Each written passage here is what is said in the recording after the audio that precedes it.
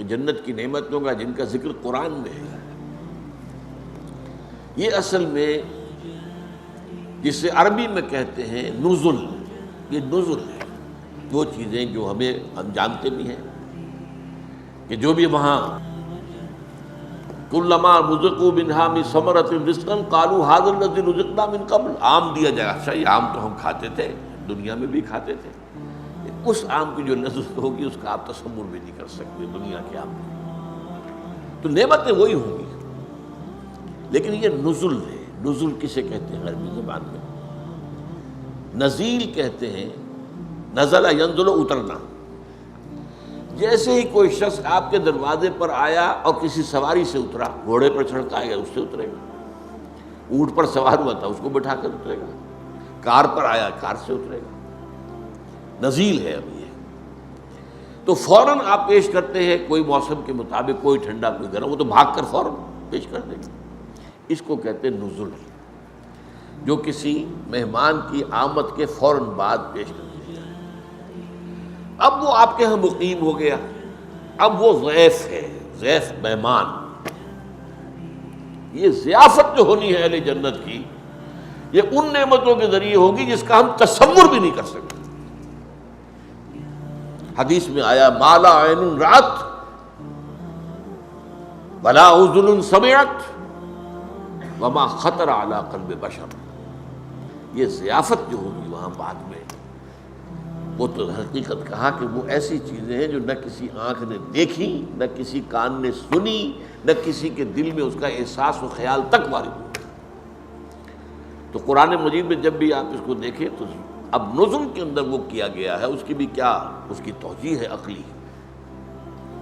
وہ ساری دنیاوی نعمتیں جن سے انسان نے اپنے آپ کو روکے رکھا، یا تو حلال اور حرام کی وجہ سے، یہ حرام ہے میں تو نہیں دے سکتا، میرا دل تو چاہتا ہے، حرام ہے، روکے رکھا، یا ان نعمتوں سے اس لیے وہ لطف اندوز نہیں ہو سکا کہ وہ لگا ہوا ہے اللہ کے دین کی جد و جہد کے اندر۔ اچھا کھانا اچھا پہننا حرام نہیں ہے۔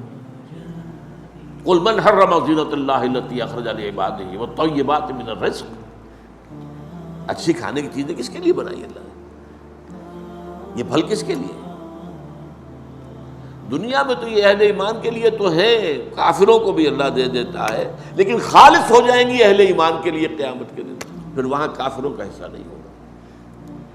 لیکن فرض کیجئے آپ تو لگے ہوئے ہیں انقلابی جد و جہد میں، آپ کا وقت لگ رہا ہے اللہ کے دین کو پھیلانے اور غالب کرنے کی جد و جہد میں، تو آپ دنیا تو زیادہ نہیں کما پائیں گے۔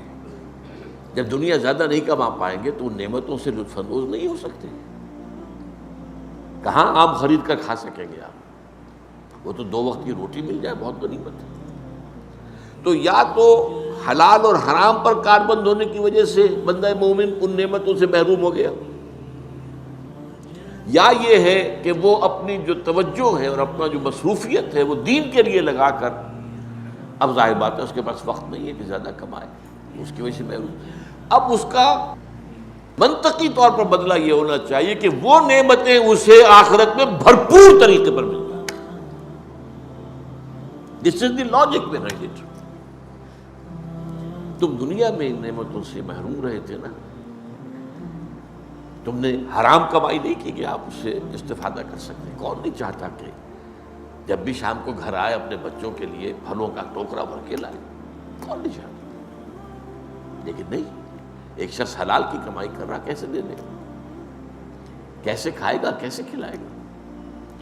تو اب یہ جو ہے، اسی لیے میں کہا کرتا، کچھ لوگ کہتے ہیں یہ کیا بات ہے قرآن کرتا ہے، یہ شراباً طہورا ہوگی اور یہ شہد ہوگا اور یہ دودھ ہوگا اور یہ پھل ہوں گے اور یہ باغات ہوں گے اور یہ حوریں ہوں گی اور یہ ان کے خدمتگار غلمان ہوں گے، یہ کیا چیز ہے؟ یہ بعض لوگ جو ہیں جن کے اوپر ذرا تصوف کا رنگ چڑھ جاتا ہے، وہ ہے اپنی جگہ پر۔